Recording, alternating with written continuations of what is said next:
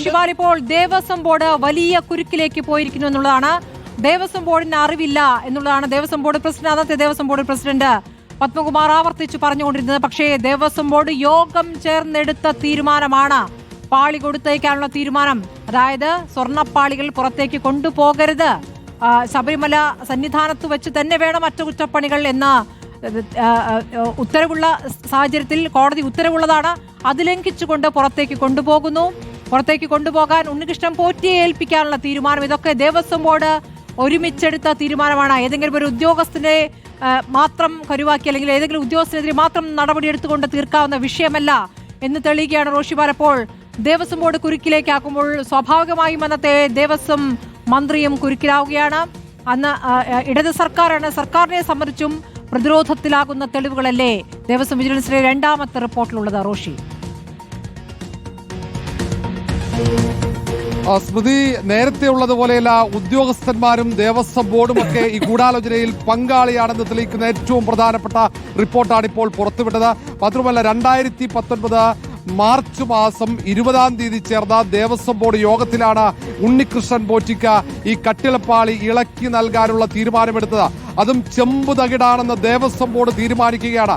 അതിന്റെ അടിസ്ഥാനത്തിലാണ് മെയ് 18-ാം തീയതി സന്നിധാനത്ത് വെച്ച് ഉദ്യോഗസ്ഥന്മാരുടെ സാന്നിധ്യത്തിൽ കട്ടിളപ്പാളി ഇളക്കി മാറ്റി ഉണ്ണികൃഷ്ണൻ പോറ്റിയെ ഏൽപ്പിക്കുന്നത്.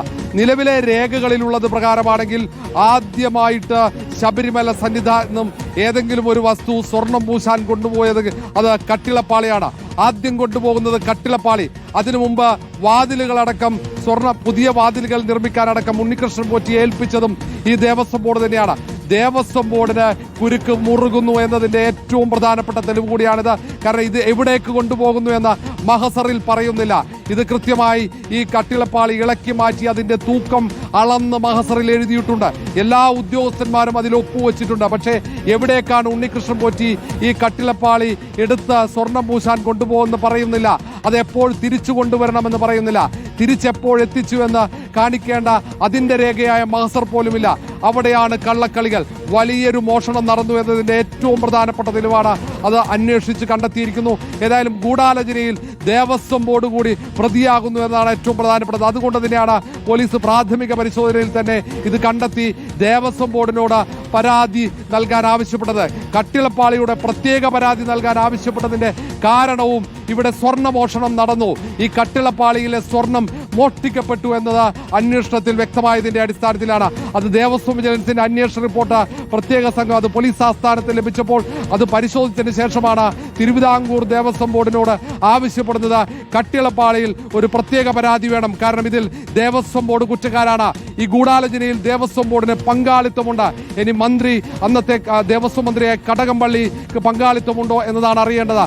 കടകംപള്ളിയുടെ കൂടി അറിവോടെയാണോ ഈ തട്ടിപ്പ്, ഈ സ്വർണ്ണമോഷണം ശബരിമലയിൽ നടന്നത് എന്നുകൂടി വ്യക്തമാകണം. അത് ഈ പ്രത്യേക അന്വേഷണ സംഘത്തിന്റെ അന്വേഷണത്തിൽ തെളിയുമോ എന്നതാണ് ഏറ്റവും പ്രധാനപ്പെട്ടത്. ഏതായാലും ശബരിമല സന്നിധാനത്തും ഈ കട്ടിളപ്പാളി ഇളക്കി മാറ്റാൻ ദേവസ്വം ബോർഡ് തന്നെയാണ് മുൻകൈയെടുത്തത്. ഉണ്ണികൃഷ്ണൻ പോറ്റിക്ക് കൈമാറാൻ ദേവസ്വം ബോർഡ് തന്നെയാണ് മുൻകൈ എടുത്തതെന്നാണ് വ്യക്തമാകുന്നത്. മാത്രവുമല്ല, ഉദ്യോഗസ്ഥന്മാർ പോലും പോകാനുള്ള നിർദ്ദേശം ദേവസ്വം ബോർഡിന്റെ ആ ഉത്തരവിലില്ല.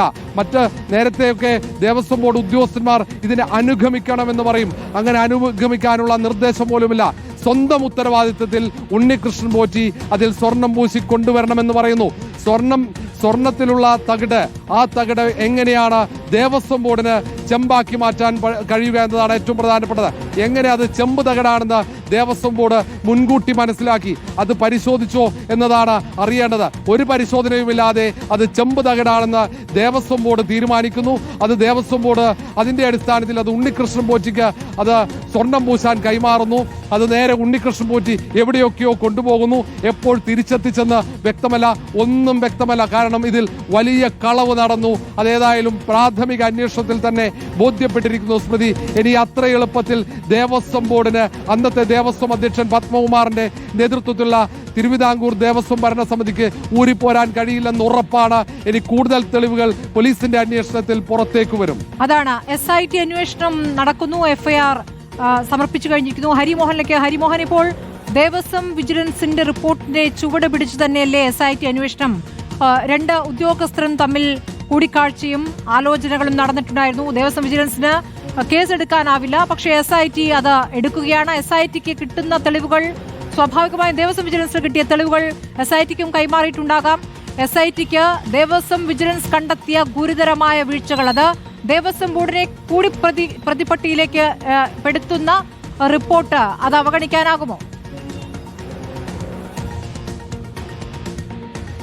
സ്മൃതി, അങ്ങനെ അവഗണിക്കാൻ കഴിയില്ല എന്നുള്ളതിന്റെ വ്യക്തമായ തെളിവാണ് രണ്ടാമത്തെ FIR. അതായത് ആദ്യത്തെ FIRൽ ഉദ്യോഗസ്ഥ വീഴ്ച ചൂണ്ടിക്കാണിച്ചുകൊണ്ട് ദേവസ്വം ബോർഡിന്റെ ഉദ്യോഗസ്ഥരെ, അതായത് ഉണ്ണികൃഷ്ണൻ പോറ്റിക്ക് പുറമെ ദേവസ്വം ബോർഡിലെ അക്കാലത്തുണ്ടായിരുന്ന ഉദ്യോഗസ്ഥരെയാണ് പ്രതികളാക്കിയതെങ്കിൽ രണ്ടാമത്തെ FIR അത് കട്ടിളപ്പാളിയിൽ പ്രത്യേകം രജിസ്റ്റർ ചെയ്തുകൊണ്ട് ദേവസ്വം ബോർഡിനെ പ്രതിയാക്കിക്കൊണ്ടാണ് ഇപ്പോൾ, അല്ലെങ്കിൽ രണ്ടാമത്തെ FIR അത്തരത്തിലാണ് രജിസ്റ്റർ ചെയ്തിരിക്കുന്നത്. അതിൽ ദേവസ്വം ബോർഡ് എന്ന് മാത്രമാണ് ഇപ്പോൾ എഴുതി ചേർത്തിരിക്കുന്നത്. പക്ഷേ ഇനി അന്വേഷണത്തിന്റെ ഒരു ഘട്ടത്തിൽ, അതായത് പ്രാഥമിക ഘട്ടം കഴിഞ്ഞാൽ അടുത്ത ഘട്ടത്തിൽ ആ ദേവസ്വം ബോർഡിലെ അംഗങ്ങളുടെ പേര് വരെ ചേർത്തുകൊണ്ട് ആ FIR വിപുലീകരിക്കാനാണ് ഇപ്പോൾ പ്രത്യേക അന്വേഷണ സംഘം തീരുമാനിച്ചിരിക്കുന്നത്. അതായത് ദേവസ്വം ബോർഡിനെ നിലവിൽ പ്രതി ചേർത്തിരിക്കുന്നു. അതായത് 2019 ദേവസ്വം ബോർഡ് ഭരണസമിതി പത്മകുമാർ പ്രസിഡന്റ് ആയിട്ടുള്ള ഭരണസമിതിയാണ് നിലവിൽ പ്രതിയായിരിക്കുന്നത്.